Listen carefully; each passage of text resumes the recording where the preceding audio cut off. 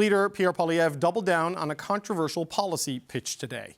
Poilievre was in Montreal this morning saying he would use the notwithstanding clause to ensure people convicted of multiple murders never get parole. The worst mass murderers should never be allowed back on our streets. For them, a life sentence should mean what it says, a life sentence. They should only come out in a box. Currently, people convicted of first-degree murder in Canada are ineligible for parole for 25 years. The CBC's Catherine Tunney has more on this. Catherine.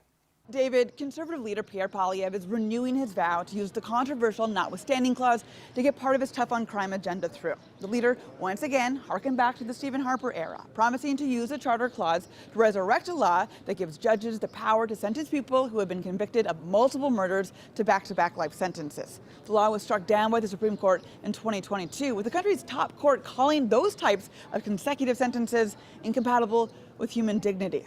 To get around that, Poilievre says he will use the notwithstanding clause, which allows the government to override charter rights and prevents a judicial review of the legislation in question. It's not the first time Poilievre has made this promise.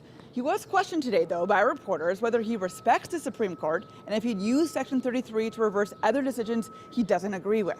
And to that, Poilievre says he'd use the notwithstanding clause when it comes to fighting crime, a relatively broad aspect of the law. Liberal leader Mark Carney called Poilievre's proposal a dangerous step. If he gets the chance to follow through, Poilievre would become the first Canadian Prime Minister to override charter rights by invoking the notwithstanding clause.